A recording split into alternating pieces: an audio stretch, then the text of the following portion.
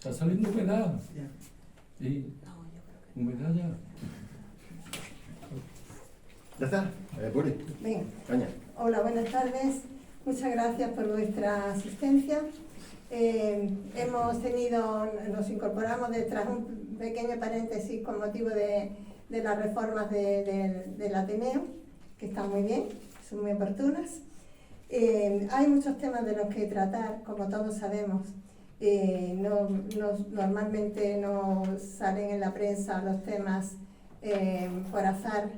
Y seguimos con Ucrania.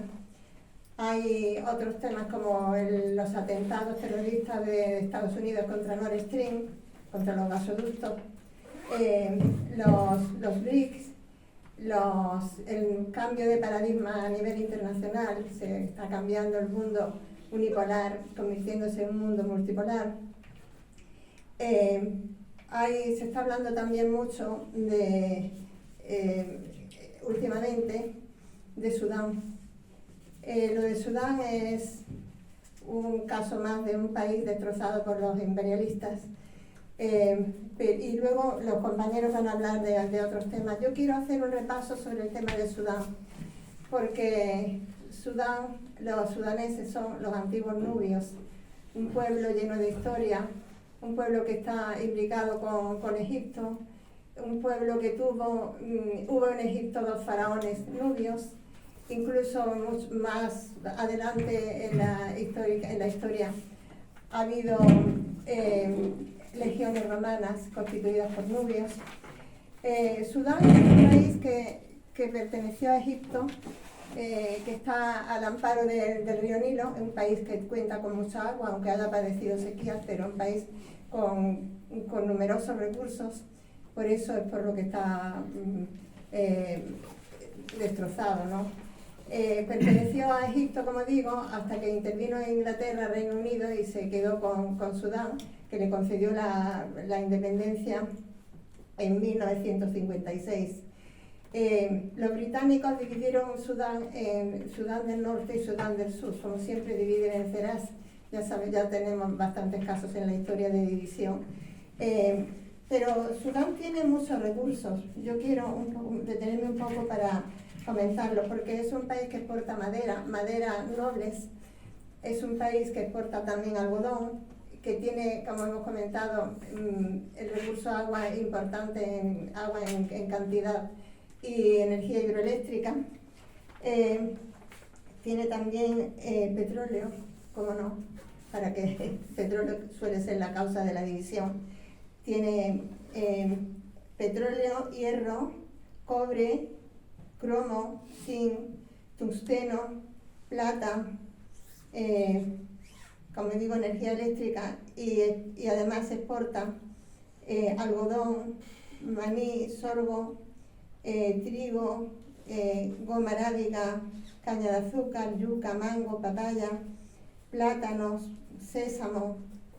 Bueno, es un país que tiene muchos recursos, por eso está dividido. El líder golpista al-Numeiri disolvió los partidos políticos, incluso encarceló a algunos de los dirigentes, anuló el Parlamento.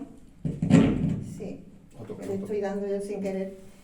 Disolvió el Parlamento y, bueno, pero destrozó definitivamente el país. Sin embargo, se aproximó mucho a Estados Unidos. En la época de Reagan, Estados Unidos le concedió múltiples prebendas a cambio, obviamente, de los recursos del país.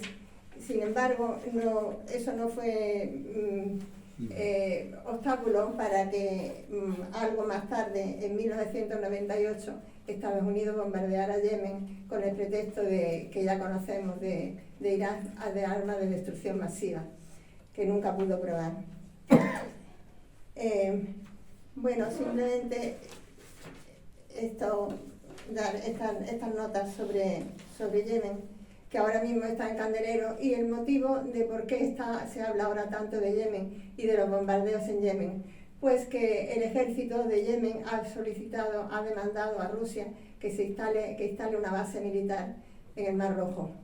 Eso pues ya es el escándalo monumental. Y Estados Unidos no está dispuesto a permitirlo porque dice que pretenden controlar el tráfico de petróleo por el Mar Rojo, que sería prácticamente controlar el tráfico de petróleo a nivel mundial. Yo dejo estas pinceladas para un poquito para clarificar por qué está Yemen ahora tan en el periódico y tan en los medios de comunicación. Y dejo a mis compañeros porque como hay muchísimos temas que tocar. Si me permite una Sí. cosita de lo que pasa estos 2 meses, de la que no vamos a hablar a fondo hoy, a no ser que, bueno, que salga luego en la tertulia. Y no es ni más ni menos que el acuerdo absolutamente histórico que ha llegado Arabia Saudí con Irán Sí. por mediación de China. Sí. Lo primero que es que cuando han nombrado a Yemen, Sí, es que lo iba a comentar. claro, Sí, que justamente sí. lo que viene parece ser que ha venido un alto el fuego, que se está haciendo por fin en esa guerra, y eso es gracias a que China se está convirtiendo en un factor de paz y de estabilidad en el mundo, contraponiéndose a Estados Unidos, que no puede permitir que, claro, Estados Unidos lo que ha hecho ha sido el divide y vencerás que comentaba a Puri, y está llegando China resolviendo problemas que estaban absolutamente enconados. Gracias a ese acuerdo de Arabia Saudí con Irán, ¿qué ha pasado? Pues que Siria ha sido reconocida ya como actor principal y que va a entrar en la Liga Árabe, se supone que dentro de muy poquito, ya ha restablecido relaciones diplomáticas con otro montón de países, con Emiratos Árabes, que ha sido el primero, pero también con Arabia Saudí, etcétera, y parece que puede llegar un periodo de mediana estabilidad en la región más volátil de todo el planeta. Eso es algo muy importante que ha sucedido en estas fechas que no podemos dejar de comentar. Y luego, bueno, pues tenemos aunque hemos escogido un par de temas, hemos incidido en lo que ocurrió ayer en el Parlamento de Madrid con el tema del Sáhara Occidental y no sé si nos estamos poniendo un poco pesados, ya lo después de decir vosotras y vosotros, con el tema de Ucrania, pero realmente el destino de la humanidad se está jugando en Ucrania, entonces hemos querido insistir también otros 15 minutos, hablando del tema para actualizarnos y sobre todo para combatir un poco lo que se está diciendo estos días en los medios de comunicación, que tiene de todo menos verdad. Menos de comunicación, de propaganda. Entonces, bueno, pues le damos paso a Pepe y luego entro yo con la parte. Venga, Pepe, tú ahí delante, tú eres un mitinero, tío. Yo no soy mitinero. Tú eres un mitinero. Ponte, Es que si me a ti gusta te va más eso, estar de pie, es que a ti te van los mítines.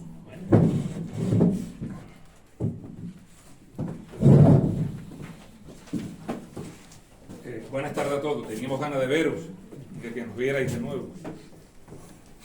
Bueno, hoy vamos a hablar de nuevo de Ucrania, pero también vamos a hablar de otros conflictos, y uno que parece aletargado pero que no lo está, que lo tenemos muy cerca, porque, como bien decía Carlos Marx, la violencia es la partera de la historia y todo lo que está sucediendo en el mundo tiene que ver ahora mismo con el conflicto, con la guerra que los Estados Unidos y la OTAN están librando contra Rusia, contra Europa, contra el resto del mundo. Y es ahí donde se va a dirimir, en esas tierras ucranianas, el futuro más inmediato de la humanidad. Me vino ayer a la mente, tenía pensado hablar de otro tema, una iniciativa parlamentaria, no sé de qué rango, presentada por Esquerra Republicana de Cataluña en el Parlamento de la Nación.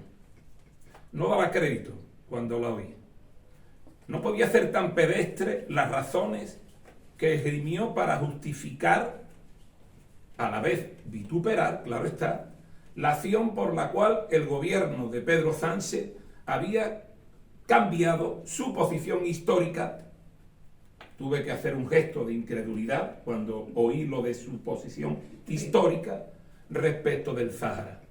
Y arguyó que detrás del cambio bien podrían estar pues el chantaje que llevan a cabo los marroquíes, bueno, la satrapía alawí, utilizando el problema de la inmigración, o incluso algún chantaje de naturaleza personal que por algún hecho acaecido y que ha afectado a personas muy cercanas, pues han dado lugar a que Pedro Sánchez haya modificado, insisto, eso que llaman la posición histórica. No daba crédito porque eso era ponérselo, como decimos aquí en Andalucía, a huevo al gobierno, puesto que nada más lejos de la realidad, porque con esta pacata y pedestre, como dije anteriormente, justificación, evidentemente el gobierno lo tenía fácil para salirse del debate parlamentario. Desmond Tutu, lo he puesto aquí, decía: si eres neutral en situaciones de injusticia, has elegido el lado del opresor. España, el gobierno del PSOE y de Unidas Podemos, en este conflicto, en el conflicto del Sáhara, que viene a colación y que tiene ahora, y que tiene también que ver con lo que está sucediendo en Ucrania, ha escogido el lado del opresor. Lo ha hecho en Marruecos, en el Sáhara, y lo está haciendo en Ucrania. Y es por eso por lo que aquí queremos hablar al respecto. Hay quien opina que el conflicto del Sáhara en su dimensión actual tiene su origen, pues, en los acuerdos tripartito de Madrid. Recuerden, 14 de noviembre de 1975, un gobierno con un Franco agonizante firma con Hassan II la entrega del antiguo Sáhara español a Marruecos y a Mauritania. Hay quien dice que esa fue la razón principal. Días antes había producido la Marcha Verde, del día 6 de noviembre al 9 de noviembre, con el resultado que todos conocemos. Bajo mi punto de vista, aquí hay un error histórico notable, quizá porque interesa que lo haya. Hay un momento anterior. Ustedes recordarán que en los años 50, los que estuvieran en aquel momento pendientes de estos temas, como parece que no somos de edad tan provecta, ¿verdad?, pues ninguno estaríamos, pero sí que lo habremos leído todos, que en los años 50 y en los años 60 empieza a darse en África los procesos de descolonización, que en la inmensa mayoría devinieron procesos intervenidos y afectados por los nuevos colonizadores, o sea, los antiguos que ahora en su versión neo volvían a expoliar las tierras africanas. Pues bien, en el año 56 Marruecos alcanza la independencia. Muy a principio de los 60, Argelia. Y es en el primer lustro de los 60 cuando ya empieza a haber actividad independentista, guerrillera, en el Sáhara Occidental, de la mano de lo que luego serían Frente Polisario y fundadores de la República Árabe Saharaui Democrática, ¿verdad?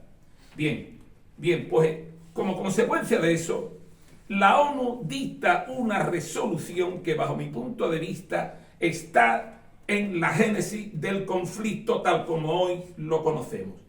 En 1965 dicta una resolución en el que obliga a España a convocar un proceso que tendría que concluir en un referéndum por la autodeterminación, pero héteme aquí que incluye en la resolución de manera nominal dos países, Mauritania y Marruecos, que deberán de inspeccionar el proceso de convocatoria del referéndum y el mismo, sobre las bases que se hicieran, que aún estaba por determinar. Posteriormente se determinó, todo el mundo lo conocemos, el censo español del año 74, el último censo. Pues bien, pero además decía, cosa obvia, que como parte interesada también Argelia formaría parte, digamos, de la observancia que reconocía para Marruecos y para Mauritania la resolución de la ONU. Obviamente, Argelia, recién independizada, obviamente digo, no tenía el menor interés, como no fuera en construir un país, una república libre, hacer posible laica, ¿verdad?, más que meterse a nuevo conquistador. Ningún derecho le asistía, pero obviamente el reforzamiento de la posición de Marruecos desequilibraba, como sucede ahora mismo, el equilibrio de fuerza muy frágil.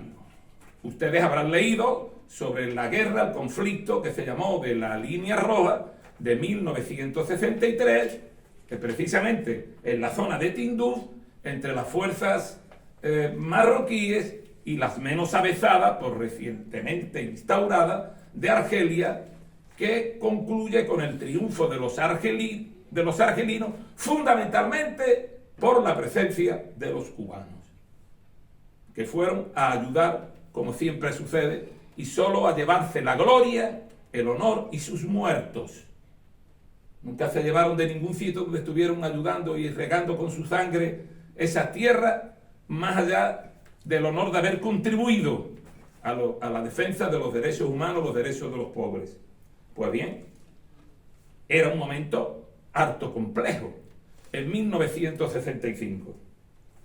Bueno, el gobierno de Franco trató por todos los medios, de forma torticera, torpe, de crear condiciones para ver de qué manera podía retrasar el referéndum. De hecho, incluso no se incluye, torpeza de la ONU, aunque bajo mi punto de vista calculada torpeza, fecha para el referéndum, y llegamos a los años que fueron el meollo donde se sazonó definitivamente el producto que actualmente tenemos en la mano, que es el siguiente.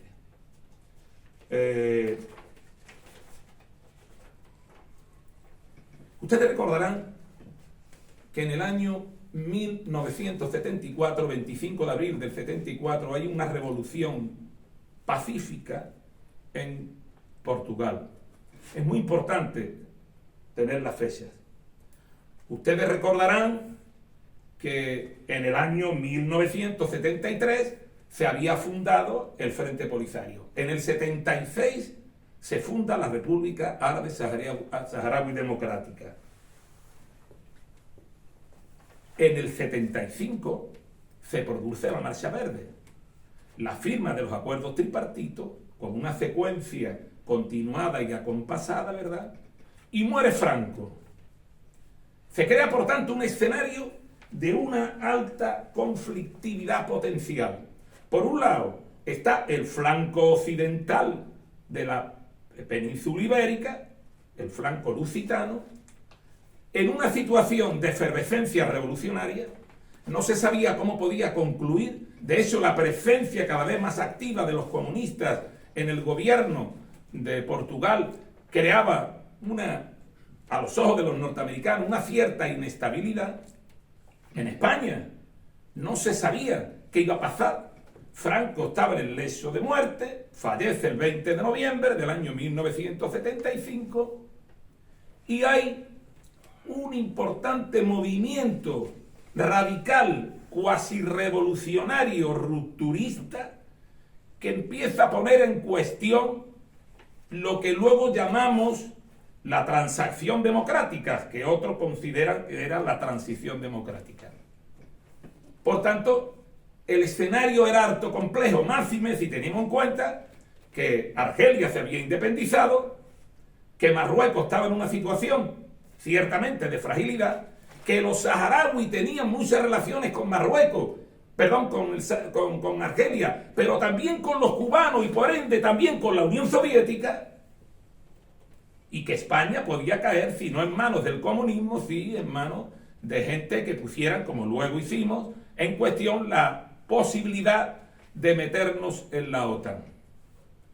Anteriormente, en el año 74, creo recordar, en octubre del 74, se había producido también otro hecho relevante, que quiero concluir con una frase, que fue el Congreso de Suresnes. Los comunistas y los demócratas, con una concepción radical de las cosas, se jugaban la vida para pasar el Pirineo o llegar a Francia por mar. Sin embargo, al Congreso de Suresnes asisten unos distinguidos y jóvenes representantes del Partido Socialista Obrero Español, mandatado y comandado por el recientemente elegido en el año 72 Felipe González Márquez en el anterior Congreso, que los de Rodolfo Llopis consideraron ilegal, y que habían financiado la socialdemocracia alemana. en aquella época Willy Brandt al frente. Felipe González, con Manolo Chávez, con Enrique Mújica Herzog, con los llamados vascos, más los andaluces, Luis Llani y toda esa gente, pasa tranquilamente la frontera con Francia como consecuencia de los documentos, los pasaportes que les entregó los servicios de la seguridad del Estado que había creado pocos años antes Carrero Blanco, que ya estaba fallecido. Hay un impagable libro que se llama Soberanos e Intervenidos de Joan Garcés, que les sugiero que lo lean, donde se acredita todos estos términos que estoy mencionando de manera suficiente. Y dicen, se podrán preguntar ustedes, bueno, ¿y todo este totum revolutum a qué obedece? Todo este conglomerado de fechas, todas están interconectadas, y conectadas todas a su vez con aquella apodíctica afirmación de Francisco Franco Bahamonde, que fue la siguiente: todo queda atado y bien atado. Quedaba atado y bien atado con el papel que el PSOE iba a cumplir, y que de hecho está cumpliendo. Hemos entrado en la OTAN, se ha privatizado el sector público, hemos traicionado a los saharauis, tenemos los pantalones bajados ante la política, agresiva política, y por tanto entregada nuestra soberanía exterior de los norteamericanos. No hay nada que pueda hacerle pensar al sistema basado en los poderes fácticos de este país, incluida la monarquía de la que se ha convertido en el principal valedor, el Partido Socialista Obrero Español, que haga pensar que pueda cambiar esto. Como no sea, si la sociedad no deja, en este caso, al pairo de lo que suceda, lo que está aconteciendo, de lo que suceda en el futuro. Todo queda atado y bien atado. Era el Partido Socialista quien tenía que ser el depositario de todas las ansias de cambio que en aquel momento representaban de alguna manera la lucha de los comunistas en la calle. En aquellos momentos. De ahí que, efectivamente, no se puede hablar como hablaba ayer la representante de Esquerra Republicana de Cataluña, de que eran cuestiones menores, baladíes casi, personales, las que habían inspirado el cambio de actitud, el cambio de comportamiento en relación con el conflicto del Sáhara del Partido Socialista Obrero Español y de su gobierno. De su gobierno, no nos olvidemos. Porque nada ha sido casual.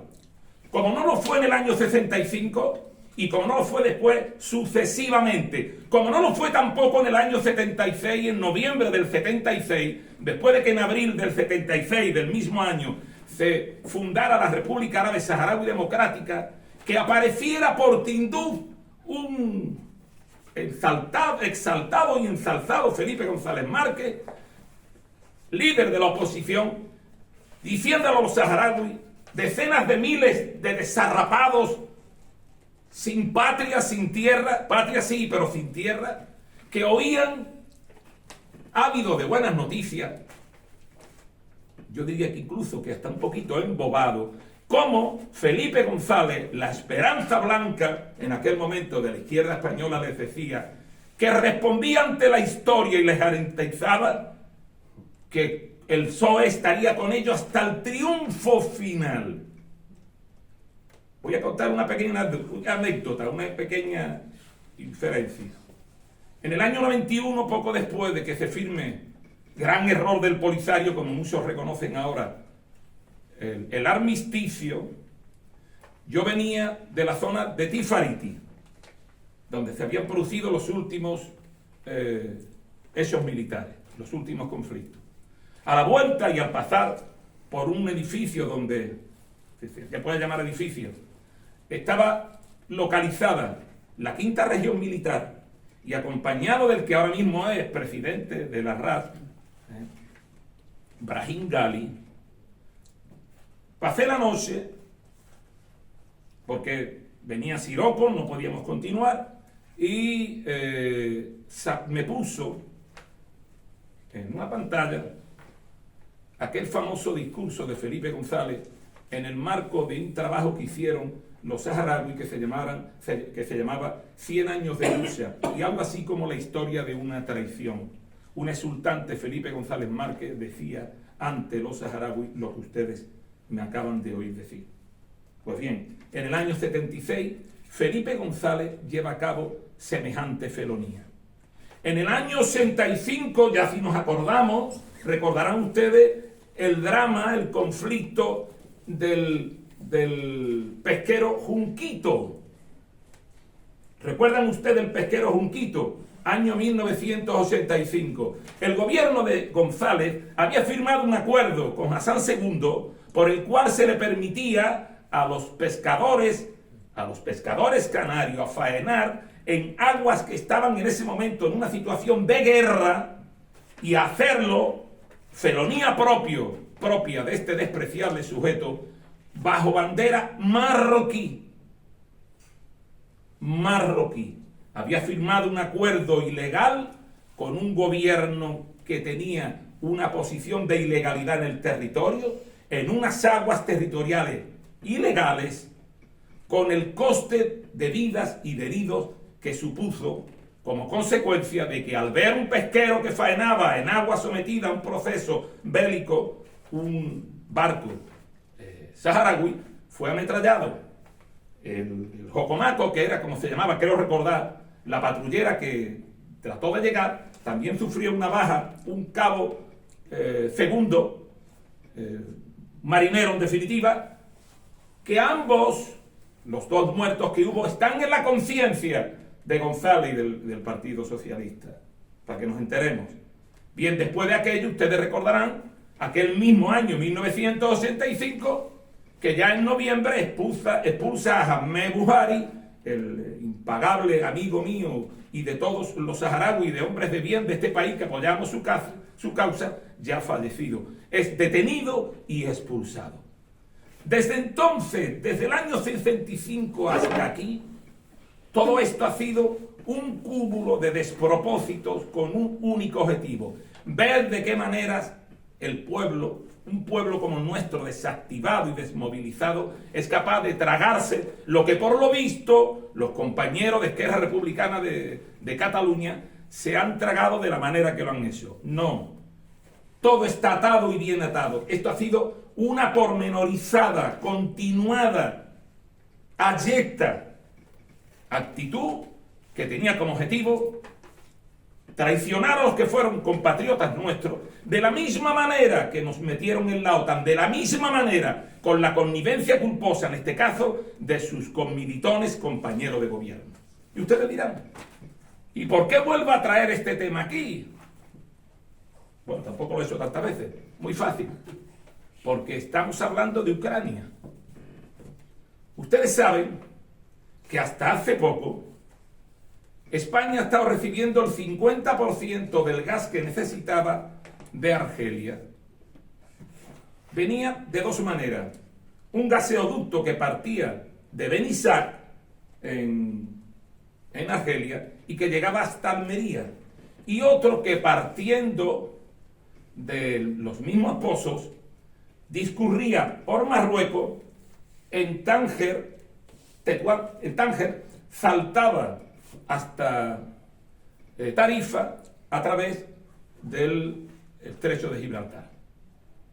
Bien, en noviembre del año 2021, los marroquíes, como consecuencia, en primer lugar, de lo pretendido por Donald Trump, de reconocer la titularidad de los territorios saharaui a los marroquíes, y sobre todo por el aumento del gasto militar y el desequilibrio que suponía la ocupación de jure del territorio saharaui por parte de los marroquíes, decide romper relaciones con Marruecos. ¿Cuál es la primera medida que adopta? La primera medida que adopta es cerrarle el grifo a Marruecos.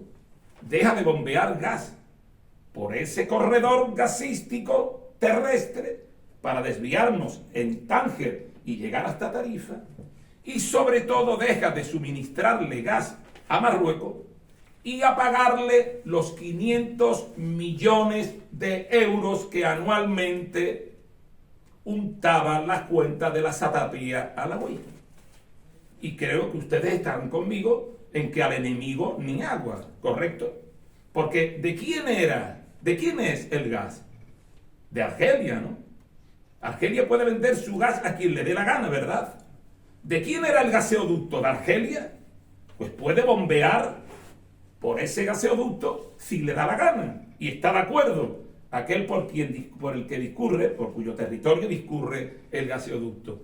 ¿Y el dinero de quién es? ¿Argelino? ¿De Argelia? Pues podrá dárselo a quien considera Argelia, ¿verdad? ¿Verdad que sí? Eso es el derecho internacional, ¿no? ¿O no es el derecho internacional? Vámonos a Ucrania. Vámonos a Ucrania. Ucrania todavía sigue pasando el gas ruso por Ucrania. Estaba recibiendo de Rusia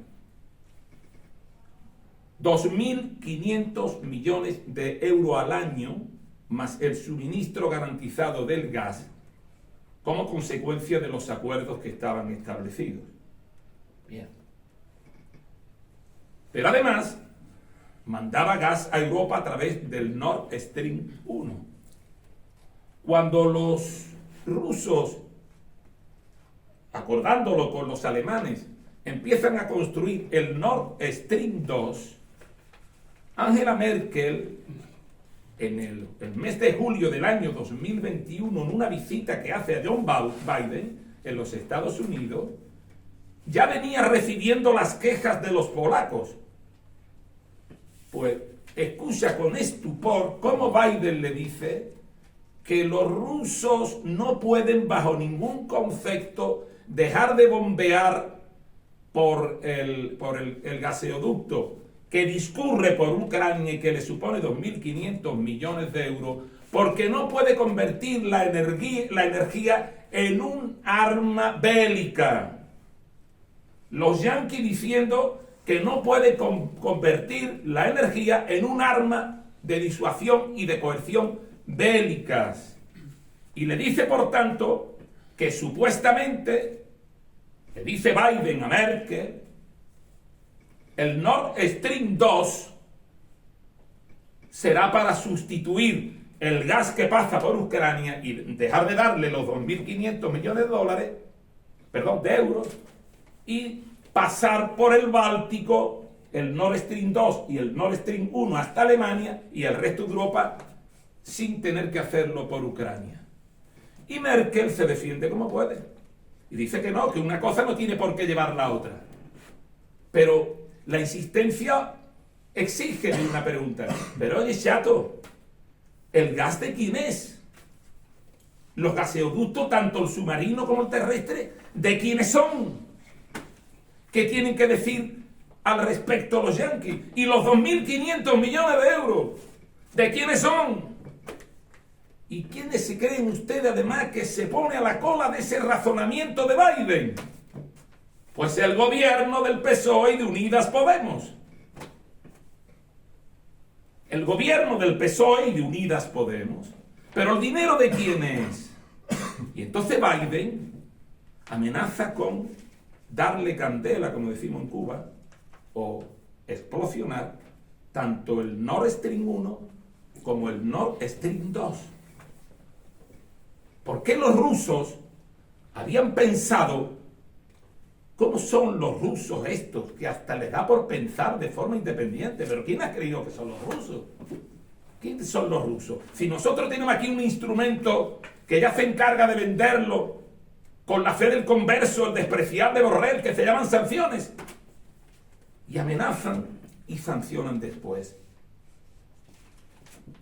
¿Pasó algo? Pues sí, sanciones tras sanciones, y destrucción del Nord Stream 1 y el Nord Stream 2. ¿Ocurrió algo en Marruecos? ¿Sancionaron acaso a Argelia? ¿Sancionaron acaso a Argelia porque España ya no recibía el 50% y ahora tiene que recibir también gas ruso, licuado, pero también norteamericano, 3 veces su valor, su precio, mejor dicho? Bien, ya termino, ¿verdad? Porque voy un poco... No, muy bien. Bien, entonces, volvamos de nuevo al hecho saharaui.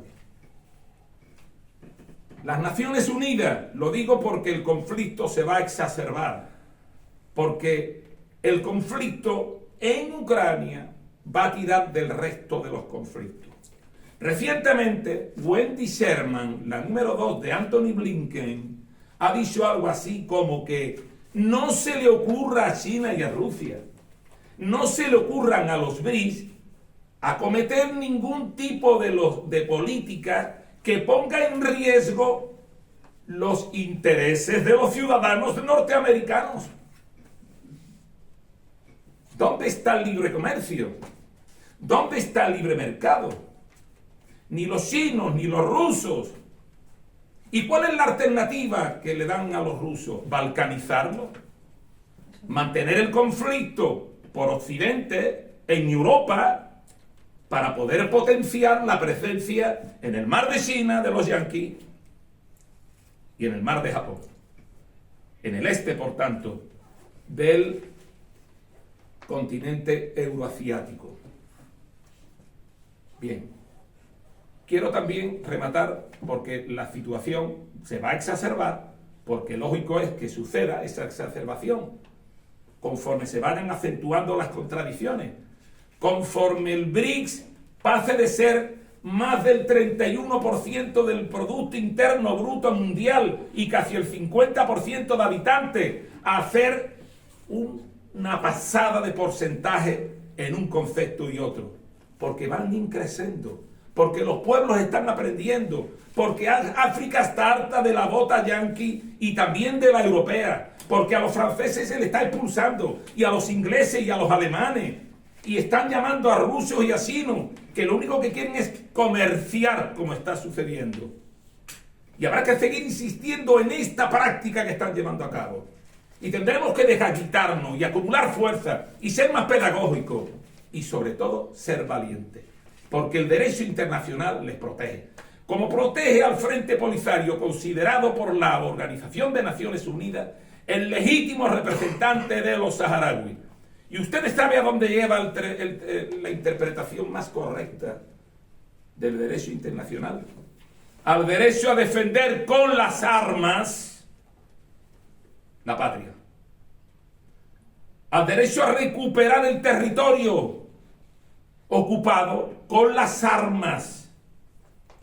La categoría y el nivel, por tanto, de las acciones bélicas militares la tendrán que decidir ellos.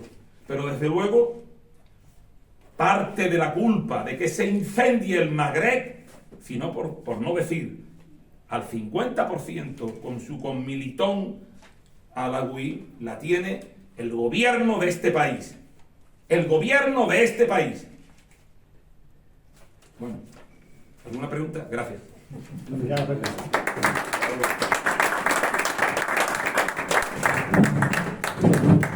Lo que estaba diciendo Pepe, está muy estudiado.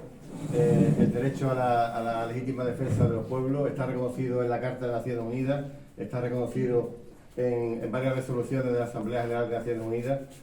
Casi siempre se aplica o se estudia a través del caso palestino, pero evidentemente le aplica exactamente igual al pueblo saharaui. Y además la ONU dice tiene el derecho a la defensa con todos los medios a su alcance, ya sean militares de cualquier tipo. Bueno, el otro asunto, bueno, realmente hace 2 meses, la última vez que estuvimos aquí, un compañero de los que suele ser asiduo nos dejó una nota diciendo que deberíamos hablar un poco más de África.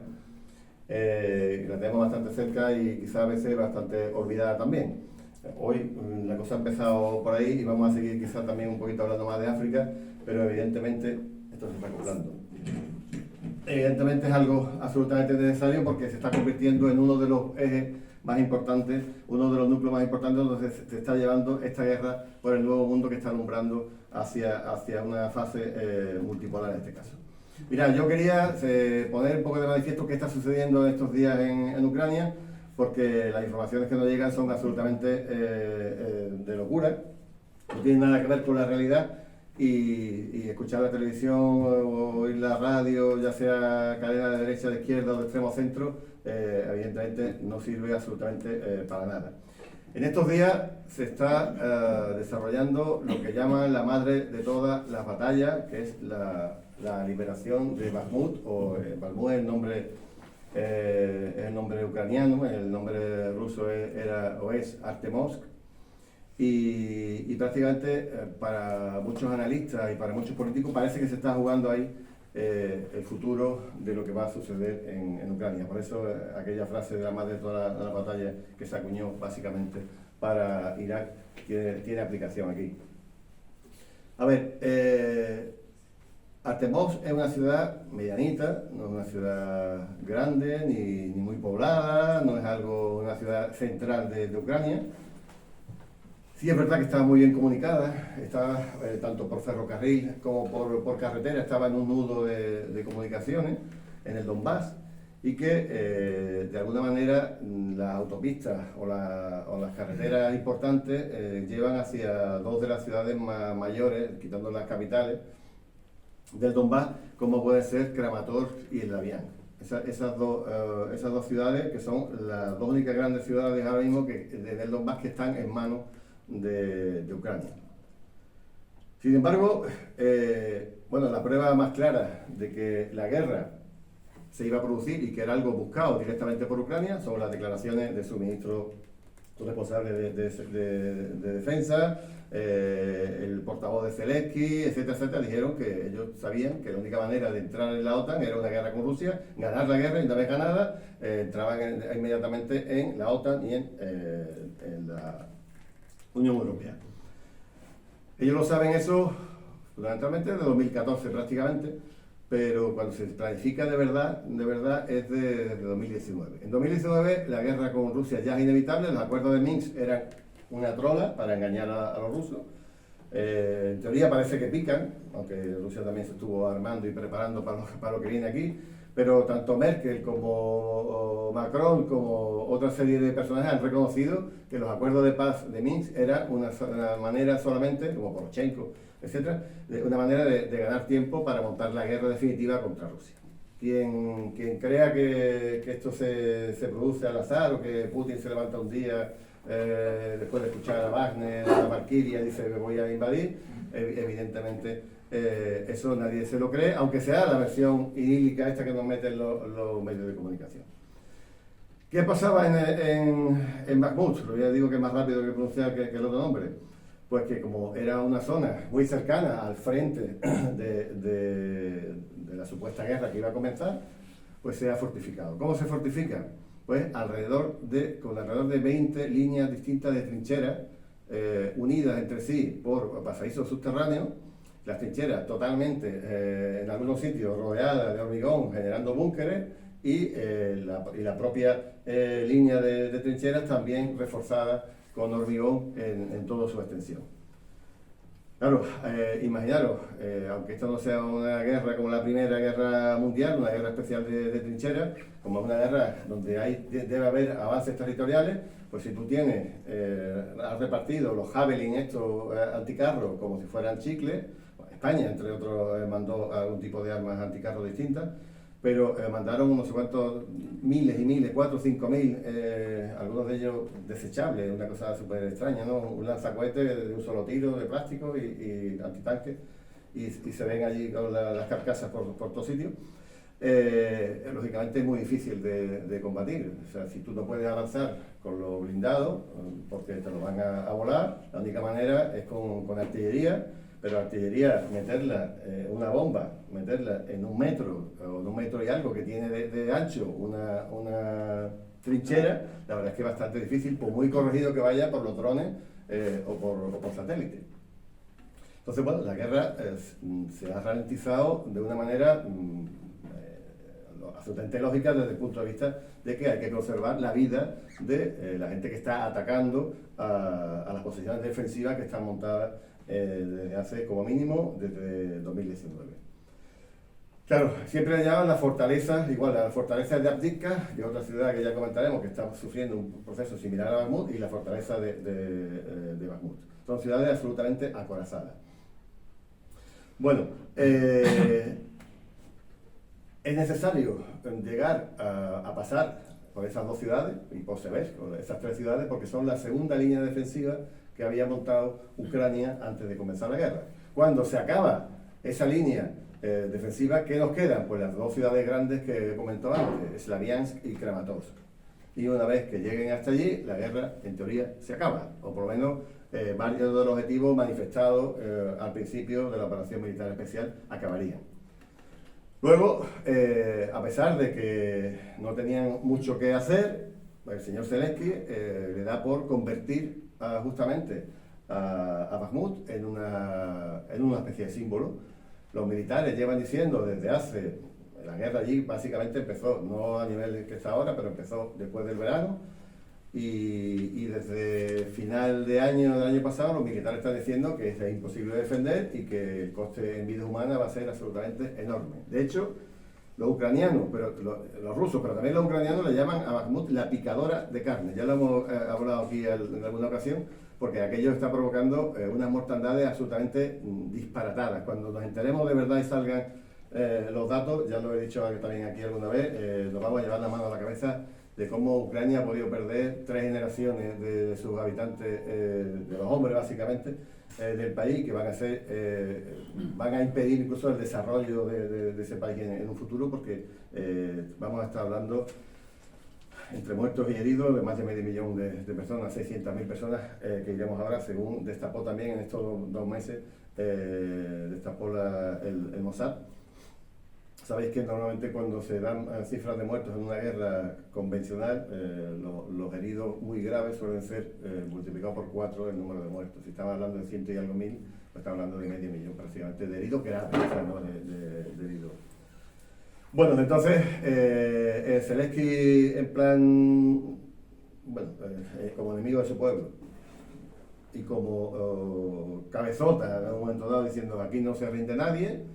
Seguimos enviando todos los días que pasan, nueva brigada.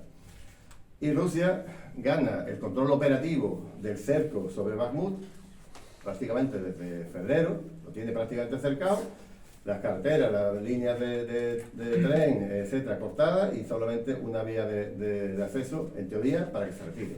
Esa vía de acceso no se utiliza para retirarse, sino se está utilizando para que venga cada vez más gente.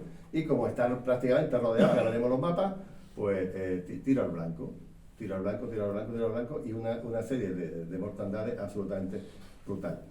¿Cuál es el problema que tiene Zelensky, entre otros? Pues que después de la retirada que hizo Rusia de Kherson, sabéis que estaba el río Dnieper dividiendo prácticamente casi en dos tercios, un tercio de Ucrania, y Rusia tenía tomada la ciudad o liberada la ciudad de Kherson, y solamente había un puente, el puente Antonovsky, que a través de ese kilómetro del río que tenían.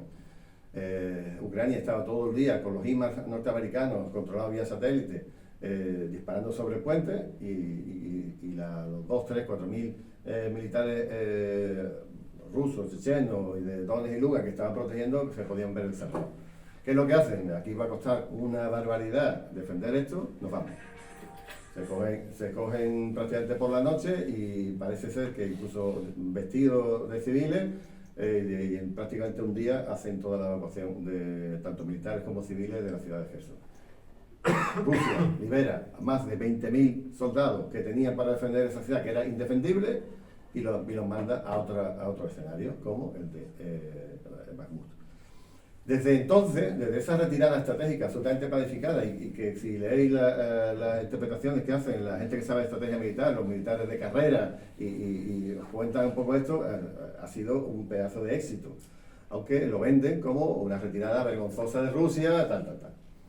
Sin embargo, desde ese momento se estima que si se estudian un poco los mapas de avance, Ucrania desde enero ha podido perder como unos 500 kilómetros cuadrados de su propio territorio. O sea que cuando alguien nos diga en cualquier medio de comunicación la guerra está estancada, eso es absolutamente falso. O sea, todos los días, si os fijáis, la gente que se dedica a trabajar la cartografía bélica, que hay varias, se ve como los bocaditos a bocaditos se van comiendo prácticamente todo lo que queda del Donbass. Pero claro, desde entonces, desde esa supuesta victoria, no hay ningún avance ucraniano y la Unión Europea y la OTAN no paran de enviar armas cada día que pasa. La gente dentro de poco empezará a preguntarse, estamos mandando un montón de armas para nada, porque realmente no están sirviendo más que para aumentar la guerra, para que muera más gente. Pueden empezar a haber protestas. También hablan de que quizás estemos ante el inicio de una nueva recesión, que estamos mandando dinero para Ucrania y aquí pues lo necesitamos para gastos sociales que además no se están utilizando. Entonces, bueno, necesitan esa victoria, necesitan algo que enseñar y todo lo que hay son, ayer mismo se liberó otro pueblo, otra banderita roja y la OTAN no tiene nada que presentar. Entonces lo que están haciendo, amenazando con una supuesta contraofensiva que llevan anunciando desde el año pasado y que nunca sucede. Porque entre otras cosas, cada vez que hay una acumulación de tropas, Rusia ha lanzado satélites nuevos y tiene un control del territorio brutal. Cada vez que hay una aglomeración de soldados, la destruyen antes que se puedan ni siquiera ponerse a caminar. Bueno, eso un poco la visión global estratégica. ¿Quién tiene el protagonismo de esta ofensiva en este momento? Pues los Wagner, lo que llaman los mercenarios rusos. Yo no sé si se le podría llamar mercenario, porque un mercenario está al servicio del mejor postor y este está únicamente al servicio de Rusia. Más bien es un tipo de fuerzas de élite entrenadas por el propio Ministerio de Defensa y que son bastante útiles por una serie de razones que estamos viendo. Y seguimos con África, ya que estamos. Mirad, ahí hay una foto. Aunque se ve ahí pequeñito, a ver si ya ponen la pantalla grande la próxima que nos veamos. Hay una foto de unas protestas en Mali, donde la gente está literalmente echando a patadas a los franceses y están pidiendo la intervención de Rusia. En prácticamente la mayoría de las manifestaciones que están aconteciendo en África en estos últimos años, más o menos, meses, o 12 meses, prácticamente siempre aparecen banderas rusas. La gente de África está pidiendo a gritos que venga Rusia. Y Rusia no ha intervenido como tal en ningún conflicto allí. Lo que han intervenido son la Wagner. Siempre la Wagner. Y ahí hay un monumento, que no sé si se ve bien, hay como 4 soldados de la Wagner apuntando hacia un lado y detrás una mujer protegiendo a su niña con los brazos. Y eso está a su vez protegido por los Wagner. O sea, que cuando dicen gente que está reventando los derechos humanos en África, no sé qué, ponerlo un poco con duda, porque desde luego lo que está sucediendo y lo que se está viendo, este monumento aparece en una de las plazas centrales de la República Centroafricana y está pidiendo a gritos, o lo que se ve ahí en el cartel, diciendo iros Rusia, iros franceses y por favor venid los rusos. Y la Wagner ha estado en un montón de sitios ya en África. Estamos hablando de Sudán, Libia, Mali, República Centroafricana y Mozambique. Por supuesto, donde más se han curtido ha sido en Siria y han hecho un papelón, además disfrazado. A mí me engañaron, claro, me imagino que porque habían montado una especie de grupo contra el ISIS, ¿no? De los cazadores del ISIS, los ISIS Hunters, y eso al final eran la mayoría, aunque había sirios que lo habían perdido todo por el ataque yihadista, ahí lo que había estaba la Wagner escondida, ¿no? Debajo de momento tienen 50.000 soldados, pero parece que están haciendo una leva importante de voluntarios. También se dice, no, estos son toda gente que ha sacado a Putin de la cárcel para que se la jueguen allí. Evidentemente parece que algunos ha sido así, que hay gente que han dicho, pues para conmutar la pena, si te estás 6 meses, no sé qué, pero no hay gente en la cárcel para que los 50.000 que están ahora mismo en Ucrania, más los que están repartidos en África, etcétera, etcétera, vayan a ser gente de las cárceles. Evidentemente no. Pero bueno, ahí están. Son una especie de mercenarios. Bueno, fijaros, han sido tan exitosos que los americanos montaron un grupo igual a los Wagner que se llama Mossad. Sí, Sí, los Wagner contra los Mossad. son únicos. La NBA, vamos. Totalmente. Pero por lo visto, los Mossad se pasaban más tiempo en los clubes nocturnos que todavía quedan en Kiev antes que en la guerra. Y cuando vieron que la guerra era más dura de lo que ellos se pensaban, se fueron. Cuando empezó la guerra de Bakhmut, todos los Mossad se salieron por patas. Y el tipo que era lo que estaba utilizando para recaudar dinero de donantes americanos, etcétera, pues se vio absolutamente diciendo, mira, esto no funciona porque la gente no quiere ni pelear, o sea que la guerra, esta es una guerra bastante dura. Sí se puede parecer quizás a los Blackwater, que ahora se llaman Academy, que Estados Unidos está utilizando como contratistas de seguridad, por ejemplo en Afganistán y en tanto. ¿Qué gana Rusia utilizando a los Wagner? Es muy fácil. Son gente voluntaria. Y van por un sueldo, con lo cual no son gente que has cogido tú de su casa, le has dicho, tío, te mandaban una leva obligatoria y te soltamos ahí para que te maten. Entonces la repercusión política de las bajas pues son bastante menores. Y luego lo tiene como cuerpo más o menos subrepticio, extraoficial, que va mandando a diferentes sitios con distintos parches o distintos tipos de uniformes y los va mandando a Rusia conforme va haciendo falta en los múltiples escenarios donde han estado. Donde son requeridos. Efectivamente. Mira, esto es, aunque sea una pincelada, porque vamos medio qué, pero bueno, esto es una pincelada de estrategia militar. Cuando alguien dice que la guerra va muy lenta, ya he explicado lo que está pasando con esa fortaleza, ¿no? de Bakhmut o de Avdiivka. Los estrategas militares dicen que hay dos tipos de guerra. Hay una guerra de liberación del territorio, donde tú vas ahí a saco a ver lo que puedes, pero con una cantidad de bajas bastante importante. Pero Rusia tiene un hándicap importante en Ucrania. Rusia está en inferioridad numérica, muy grande. O sea, porque estamos hablando de que han podido, con las levas estas obligatorias, que ya prácticamente han bajado a los 16 años y a los 60, o sea, ya en Ucrania no queda nadie. Lo van cogiendo, los vídeos se ven, son horribles. O sea, gente que está comprando una gran superficie y un militar lo ve, se casa aquí, sale corriendo, el otro lo apalean. En fin, eso es lo que se está viendo en Ucrania. Entonces, es obvio que Rusia, que no ha metido, Rusia no ha querido meter a todo su ejército en Ucrania por una razón muy simple. Están viendo que puede haber una guerra total contra Rusia de la OTAN. Y tiene que un país tan enorme tiene que tener su frontera absolutamente defendida. Entonces, lo que ha hecho, por eso hizo ese reclutamiento de esas 300.000 personas, por eso está utilizando a la Wagner, porque realmente no ha tocado ni 100.000 militares rusos de los prácticamente más del millón que podría haber puesto encima de la guerra, de la mesa. A ver, ¿por qué digo que esto no es una guerra tanto por territorio como de desgaste? Porque en esta fase al menos de la guerra, Rusia, ¿qué está haciendo? Pues la estrategia de la picadora de carne. Es decir, me cojo, me hago el cerco de Bakhmut y dejo una carreterita. O rendí, o sin luchar, o sin meter gente, yo te estoy machacando por todos los sitios. Y así se puede estar hablando de que han podido morir alrededor de 20-25.000 personas de Ucrania solamente en ese frente de batalla. Estamos hablando de unos 400 diarios, mientras que por la parte rusa lo que está cayendo puede ser como de uno, según decía el Mossad, de 1 a 8. O sea, por cada 8 ucranianos está muriendo una persona rusa, que en buena parte son de gente voluntaria. Porque también son voluntarios los chechenos y también son voluntarios las fuerzas de Donetsk y de Lugansk, que son milicianos que se han lanzado a defender a su territorio y a conquistar la independencia que Ucrania no les daba, sino que realmente iban directamente a por ello.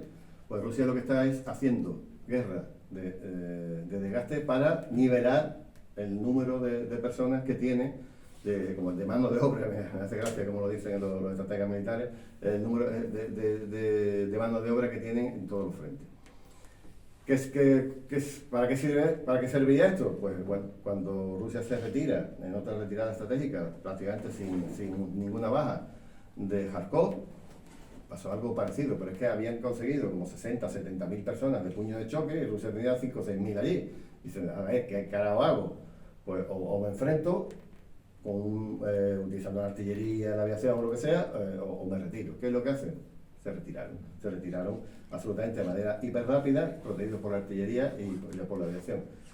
Prácticamente 10.000 ucranianos muertos y de Rusia en ese caso no murió nadie, pero fue una retirada que también vende la OTAN, ¿no? Como la rendición rusa, etcétera, etcétera, ¿no? Ya que cada uno lo vea, pero como maniobra estratégica, la guerra de Ucrania parece que se va a estudiar en los libros, en la academia durante mucho tiempo. Mira, voy a ir rápido. Otra vertiente que ya he hecho alusión varias veces de lo que está sucediendo en Ucrania, la guerra de la propaganda, ¿no? Mira, esto es la CNN. La batalla por Bakhmut aplasta a los mercenarios de Wagner y reduce a su notorio líder. El líder, Eugeni Prigozhin, está jugando, yo creo que está jugando con los medios de comunicación como le da la gana. Parece que se está peleando con Putin, que no me dais armas, pero yo espérate, yo te la mando, después no me llega. Están haciendo un teatrillo y están picando absolutamente la mayoría de los medios de comunicación y evidentemente, bueno, este puede ser el fundador de Wagner, pero realmente el que paga, el que monta y tal es Putin. Y bueno, y su jefe militar, que lo han puesto ahora mismo, también fue hace 3 meses, creo que pusieron al gran jefe de todos los ejércitos, lo pusieron a dirigir la operación porque parece que en vez de la contraofensiva ucraniana, que no acaba de llegar con los Leopard, etcétera, lo que va a llegar va a ser la ofensiva final de Rusia.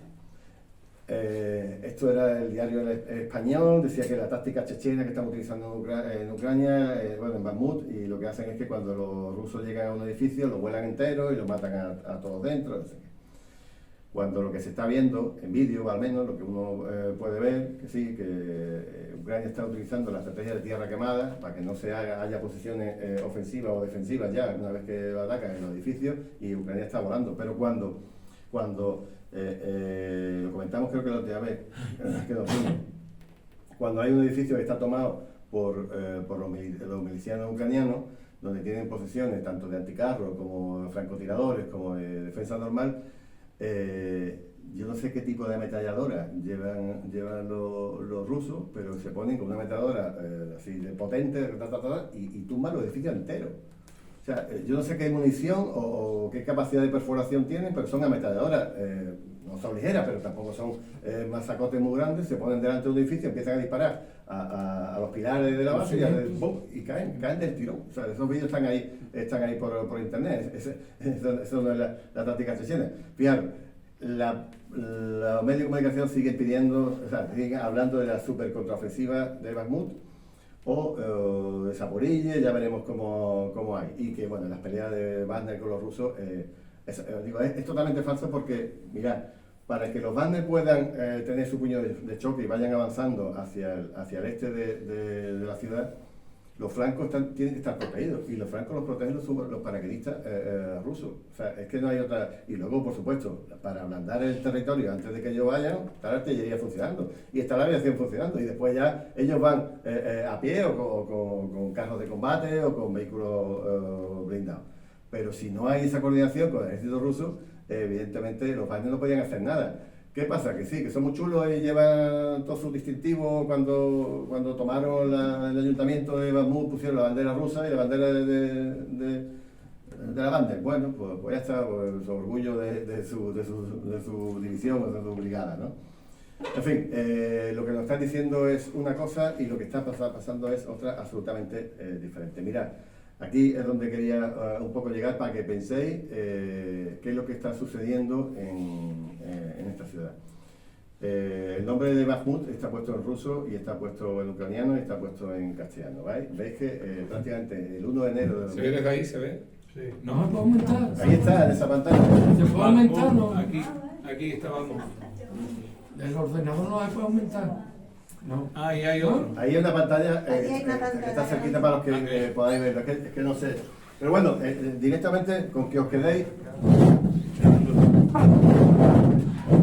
Mirad. Nos vamos a poner más cerquita. Ponemos aquí y ya está. Esta es la ciudad de Bakhmut y esta es la línea del frente que prácticamente no toca nada de la ciudad en 1 de enero de 2023. Así estaba al frente. Hay que, vamos, yo lo digo claramente, este mapa que está utilizando Leap Map es una aplicación para el móvil, es un mapa que está en internet y es un mapa de la OTAN, vamos a llamarlo así, o pro-OTAN, es un mapa antirruso y normalmente tiene pues no reconoce una victoria de los rusos sobre el terreno hasta que lo pasan 5 o 6 días y ya hay miles de vídeos, de fotos, de qué, ya pues bueno, vale. Claro, de hecho ahora mismo lo que están haciendo este personaje es justamente eso. Cuando tomaron, por ejemplo, el ayuntamiento que estaba por aquí en el centro, pusieron su bandera. Cuando tomaron un monumento que había aquí, un avión, no sé qué, pusieron la bandera y pusieron el vídeo. Entonces, cuando llegaron a una zona de minas que había por aquí, una mina no, era una planta de metálica o algo así, un tipo como la Sostal, había otra igual, y tenía un montón de subterráneos. Pues la foto que yo he puesto ahí es cuando ellos llegan al subterráneo, porque la habían desmentido Ucrania y ellos ya estaban en la zona industrial, estaban dentro y hicieron la foto ahí dentro. Bueno, mirad, 1 de enero, ¿vale? 15 de enero, ya se está entrando por aquí abajo y se está tocando los primeros barrios de ahí. 1 de febrero, ya se está viendo el pequeño cerco que se está montando sobre Bakhmut. Ya 15. Mira, lo importante aquí es esta carretera y una carretera, bueno, la vía del tren que viene por aquí, justamente, aquí está la vía del tren, y otra carretera que lleva hacia Crematorio y Levén, que esta es la carretera rural, que es la única que han dejado en pie, pero ¿qué le pasa a Ucrania? Ucrania tiene unas tierras absolutamente brutales para cultivo, unas tierras negras maravillosas para cultivar grano, pero que en el momento en que llueve, aquello es un fangar. Entonces, el otro día, yo no sé, porque yo no lo tengo todavía, parece ser que uno de los Leopard que estaban atacando ya con él al ejército o a los aliados de Rusia, vieron que era un Leopard. Como hay un montón de dinero a que derribe un Leopard, quien destruye un Leopard se le va a dar un premio, bueno, a Leopard, a Labra, no sé qué, cada uno tiene un precio puesto. Parece que fueron un grupo de gente, pues, cruzó la línea enemiga cuando estaban los que estaban con los tanques y los vehículos de alrededor estaban comiendo, fumando, no sé qué, fueron allí, mataron unos cuantos y se llevaron el tanque. Y como no pudieron atravesar la línea enemiga, se metieron en un lodazal y lo hundieron hasta el fondo. O sea que parece que dicen que había pruebas, que había fotos, yo no las he visto, pero posiblemente, bueno, aquello es un lodazal y prácticamente la carretera esta de aquí, blanca, no está asfaltada y ahora mismo es muy difícil verla. Le llaman la línea o la carretera de la vida. Y cuando veis un vídeo de cómo está esa carretera, parece una película de Mad Max de esta, ¿no? De posapocalíptica y tal, ¿no? Que veis vehículos quemados, volados a un lado a otro, pero a decenas y decenas y decenas. Y claro, o unos intentan entrar, otros intentan salir, están en línea de tiro y adiós. 15 de febrero, 1 de marzo, esto ya la carretera está. Aquí han estado mucho tiempo aquí pegado a la carretera sin querer entrar, simplemente yo la dejo libre y el que quiera que lo intente. Pero ya está cerrado, ya Bakhmut, que está, prácticamente no han entrado todavía en la ciudad, pero se está haciendo cercada. 15 de marzo, ya empieza la batalla dentro de la ciudad. 1 de abril, un poquito más, 19 de abril, ya de Bakhmut queda, fijaros, esto es toda la ciudad, ya lo que queda son estos 2 distritos o microdistritos en el este, que, bueno, algunos decían que podía caer este fin de semana, pero si no este fin de semana va a ser la semana que viene. Perdona, ¿dice en el este? En el oeste, ¿no? Oeste. Igual está... La parte occidental, es lo que queda. Son dos microdistritos, es lo que va quedando de esta ciudad. Bueno, pues este tipo de cerco que hemos visto aquí, porque este ya era, ¿veis? Este tipo de cerco se está repitiendo en muchas ciudades. Sobre todo en una ciudad que a mí al menos siempre me ha dolido mucho, que se llama Avdiivka, porque Avdiivka está al lado de la capital de Donetsk. Y los ucranianos, si veis, este mismo mapa lo podéis comprobar todos los días, porque ponen en un color, en rojo y en azul, quién dispara a quién, ¿no? Y la inmensa mayoría, por lo menos el 80% de los ataques de ucranianos no son contra la línea del frente, son contra los civiles que viven en el otro lado. Eso está, bueno, más que comprobado. Hay un vídeo de un compañero nuestro que estuvo ahí hace poco, de Sebastián, de Seba, de Argentina, y se llama, no me recuerdo, llevan como 4 episodios, lo está contando poco a poco, y bueno, es un vídeo que está contando porque él vive se ve vestido prácticamente de un periodista, pero se ve vestido de, bueno, profesor universitario de allí, y se ve vestido de militar y va a los sitios donde está pasando lo que está pasando, y prácticamente la inmensa mayoría, es decir, ya no sé dónde atacar. O sea, lo interesante de lo guiado por los Estados Unidos puede ser que vaya a la línea del frente, pero el resto dispara a las ciudades. Y Avdiivka está al lado de Donetsk. Entonces, Donetsk ha sido machacado 1000 veces desde esa ciudad, y ahora ya el cerco está justamente casi en esta fase. O sea, Avdiivka está cogido prácticamente todo, pero todavía no han cerrado, y está un poco más hacia arriba. Pero desde aquí a nada, empezará, cuando acabe, yo creo que Bakhmut empezará en Avdiivka, y empezará a ceder en el norte, y ya la segunda línea del frente estará lista. ¿Y qué queda? Pues el camino, con pequeñas ciudades y demás, muy chiquitinas, hacia las 2 ciudades grandes, Kramatorsk y Lviv. Cuando eso suceda, que puede ser cuando, posiblemente en el verano, porque ahora no se pueden hacer grandes avances por las zonas rurales, porque aquellos son, digo, los lodazales.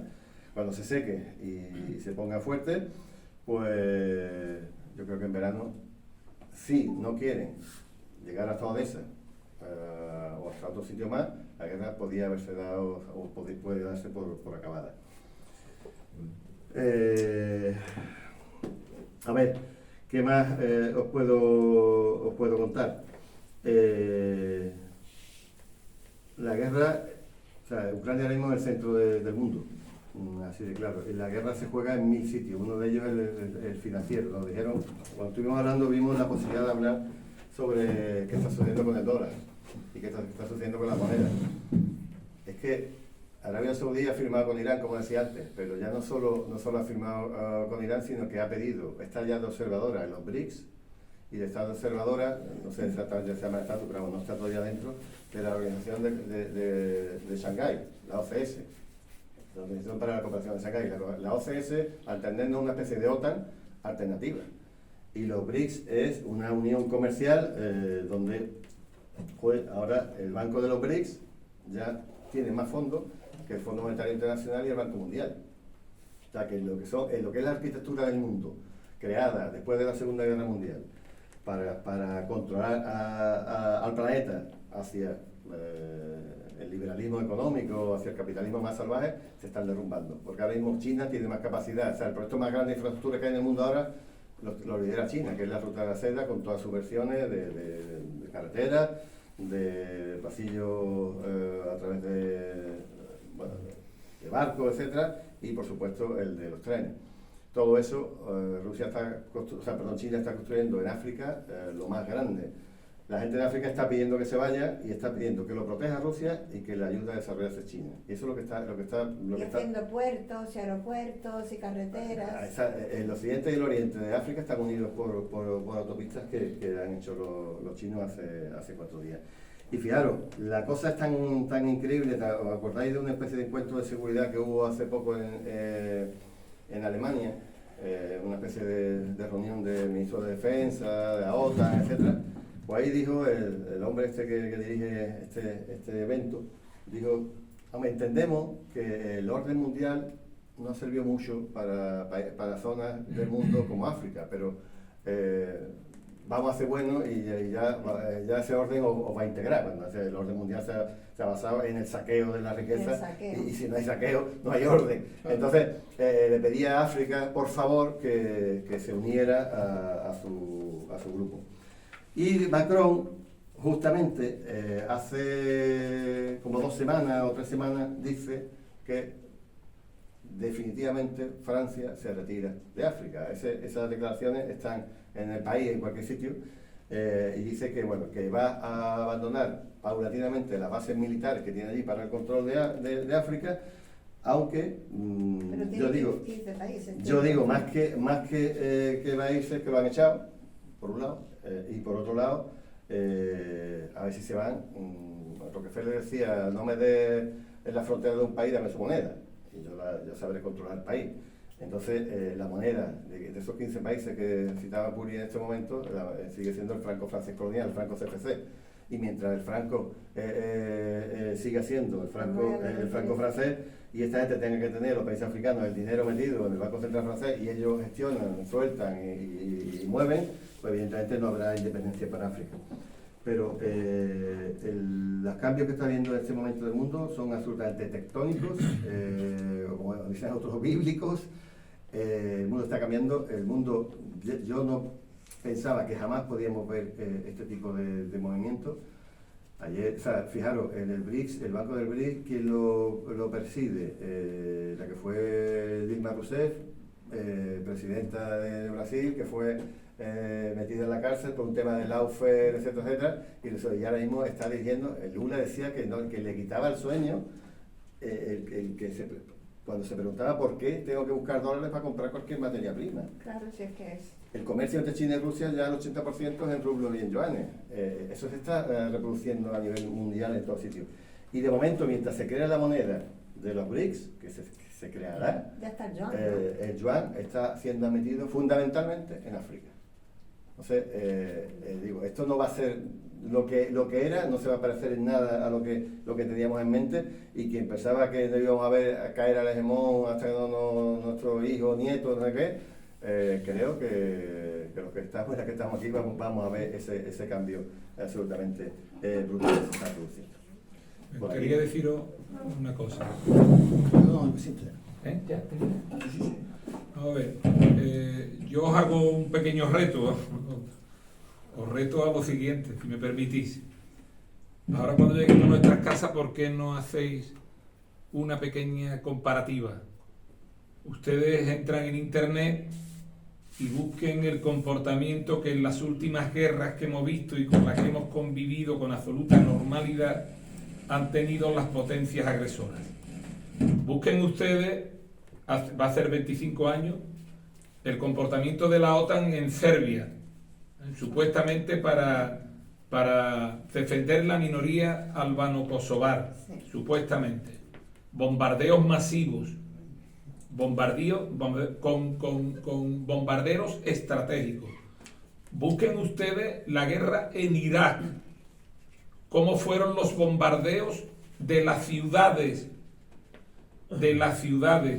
iraquíes, sin distinguir entre tropas, personas, y entre estas niños, adolescentes, ancianos, mujeres, etc. Busquen ustedes y comprueben los bombardeos con bombarderos estratégicos de Libia y el resultado. Pero entren en internet con los propios datos que dieron los que le prestaron cobertura a la guerra. Hoy convivimos de una manera que a algunos les resulta insultante con la guerra de Ucrania. Nos la están metiendo a todas horas. No distinguen entre si es mañana, tarde o noche. No hay la menor discrepancia. Es abrumador el peso de los que están en contra de Rusia sin distinguir en quién tiene razón. Y si esta es una guerra con el único objetivo de expoliar, como acostumbran los yanquis, Inglaterra y las potencias que han colonizado históricamente al tercer mundo y el mundo en desarrollo, o es una guerra por la supervivencia de la minoría rusa que en el Donbass es absolutamente mayoritaria, más del 80 al 90%, y que tiene que ver con el golpe de Estado de 2014, la sustitución de Yanukovych por Poroshenko y posteriormente por este payaso puesto precisamente por el propio Poroshenko, dueño de la cadena de televisión donde este hacía el caricato. Creo que no es muy lucida la comparación. Los caricatos le tengo un gran respeto. Busquen ustedes también cómo fue la guerra en Vietnam.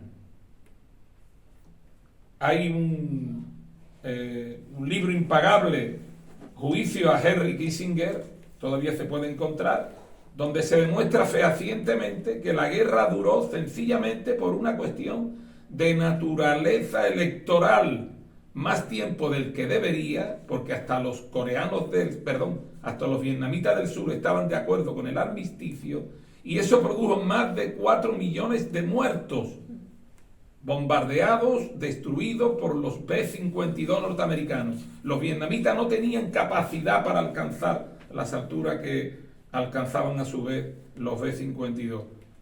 Millones de laosianos, de camboyanos, de vietnamitas.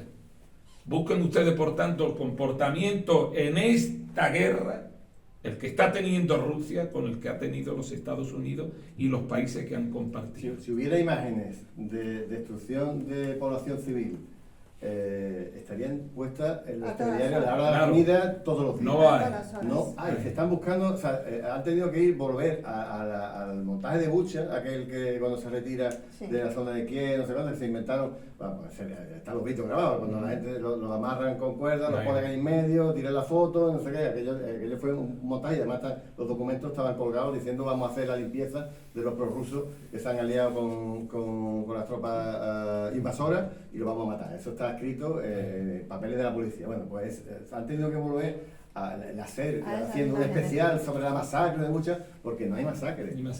Porque no puede haber masacre. Si yo lo que quiero es incorporar a esa población a mi país, yo no lo voy a matar. Es que como se dice en el lenguaje para hablar de los periodistas, perro no come perro, o sea, el ruso no come ruso. Están liberando a los rusos, no los están matando. O sea, cuando atacan quién, bueno, pues ahí habrá prorrusos o no prorrusos, o habrá rusos con papeles y otros que no. Pero en el Donbass lo que hay es una población mayoritariamente rusa al 80%. Entonces, evidentemente no puede haber esa masacre que nos dicen, pero no lo pueden enseñar porque los periodistas están ahí. Venga, empezamos a hablar. Espera, termino. Si hay duda, ¿no? De masacre que vaya, si hay duda, porque es que genera duda, nos vamos a Timisoara. Por el invento de Timisoara, ese ya, como ese, poco más. Bueno, y ya por finalizar con lo que decía antes, en este caso de la moneda. Recuerden ustedes, Wendy Sherman, la segunda de Anthony Blinken. Si alguien se atreve a poner en riesgo el bienestar de los norteamericanos, tomaremos medidas. Por tanto, contra el mundo. Y busquen ustedes a su vez los acuerdos de Bretton Woods en 1944 y la referencia del patrón oro. Sí, la quitaron de en medio. La quitan de en medio en el 71, quiero recordar, 72, Richard Nixon, por una cuestión de naturaleza exclusivamente yanqui. No tenían suficiente liquidez, no tenían, eliminan el patrón oro, empiezan a darle a la maquinita y la convertibilidad se la cargan. Hacen de la moneda, que hasta este momento estaba prácticamente la estafa más grande de la claro, el 70% no vale nada. El papel no vale nada. O sea, la moneda norteamericana no vale nada. Es ni más ni menos la capacidad para influir, basada a su vez en las más de 800 instalaciones militares que tienen fuera de los Estados Unidos, lo que hace disuadir y persuadir al resto de los seres humanos. Son los que deciden sobre el valor, no solamente de la moneda, sino de nuestro producto. Busquen ustedes. Esto surge fundamentalmente en el año 73, cuando la guerra la guerra del petróleo, o la crisis del petróleo, perdón, se decide, Estados Unidos, yo voy a proteger a Arabia Saudí, a los países del Golfo, a cambio de que les obligáis a todo el mundo a pagar en dólares el petróleo que vendáis. Así yo vendo mis dólares y tú vendes tu petróleo, y yo a cambio te protejo. Esa ha sido la arquitectura. Además, el acuerdo se sabe, se conoce evidentemente, pero es secreto en su literalidad, y eso es lo que se ha desmoronado con los acuerdos de Arabia Saudí. El petrodólar puede estar herido de muerte, a lo mejor en 2, 3, 5, 10 años, pero Arabia Saudí ya está vendiendo en yuanes, porque el máximo comprador no es Estados Unidos, Vamos a ver la es China. reacción. Bueno, pues ya nos han amenazado con la guerra. Claro. Wendy Sherman ya nos ha amenazado con la guerra. Si nos atrevemos a eso. Aquí está la otra ciudad, Ellos no se van a quedar. Avdiivka, y fijaros el cerco operativo que se está cerrando para una vez que se llegue más o menos por aquí, volver a cerrar y acabar con la ciudad. Así se está acabando una a una con la resistencia de todas las ciudades. Y Donetsk está pues por aquí, no sé, está escrito en su... Y desde aquí están disparando continuamente a la población civil del país. Así podemos entrar prácticamente en casi todas las grandes ciudades de la Marjinka, que también le queda un 10% por caer, en Bakhmut queda un 10% a partir de hoy. Y así está la guerra. Y busquen ustedes, por favor, cualquier información independiente que puedan tener antes de la destrucción de Libia, cómo era Libia, cómo era la cobertura asistencial en Libia, cómo era el nivel de los libios, cuál era en definitiva la sociedad libia, que era la más avanzada de todo el continente africano. Sin embargo, los libios cometen un pecado, en este caso Gaddafi, pecado mortal, que es empezar a querer ser independiente y a decidir sobre sus propios recursos. Los libios estaban produciendo 1,5 millones de barriles de petróleo, de un petróleo muy fino, que es muy ligero, que prácticamente se puede meter en el depósito. Y una noche, comentando yo, permítanme que lo cuente con Fidel Castro, esta circunstancia me dijo, y no te equivoques, los recursos más importantes de Libia no son tanto los petroleros como los hídricos. Tiene la mayor reserva de agua dulce de todo el norte de África. De todo el norte de África. Un manto de más de 300.000 kilómetros de superficie, ¿verdad? La semana pasada se estrenó el documental sobre la Libia Verde y las relaciones que había con los movimientos jornaleros en aquel tiempo del SOC. Está colgado en internet en la página de Antiimperialista y ahí veis un poco lo que opinan los compañeros que fueron a Libia, en la Libia Verde de Gaddafi, y vieron y cuentan de una manera absolutamente llana, entendible, de una manera sincera lo que vieron allí y que dejó a mucha gente sin habla y que aún hoy sigue provocando un poco de desasosiego por lo que ha sucedido en también país. Aparece nos van a echar de un momento a otro, eso es la hora. Si tenéis alguna cuestión, alguna cosita, no es. Guadalupe, quería que si tú me confirmaras alguna buena noticia. Yo he visto en internet una información sobre lo que comentaba ahí antes de unos intentos de China de que no me acuerdo de paz de Yemen con Arabia. No sé si es cierto, de hecho han llegado ya a algún acuerdo de intercambio de prisioneros y se está negociando alto fuego, o sea que ese conflicto es posible que lo veamos acabar en un plazo a corto plazo, no ni siquiera a medio plazo. Yo creo que en meses podemos ver algún tipo de armisticio, algún tipo de... Lo que pasa es que habrá que hablar con el padre de la niña, ¿no? Y el padre de la niña son los Estados Unidos de América, que es quien decide. Si ellos no tuvieran metidas las garras aquí en Europa, ya se había resuelto este conflicto. Es más, no se hubiera producido. Es que no se habría producido. Así es.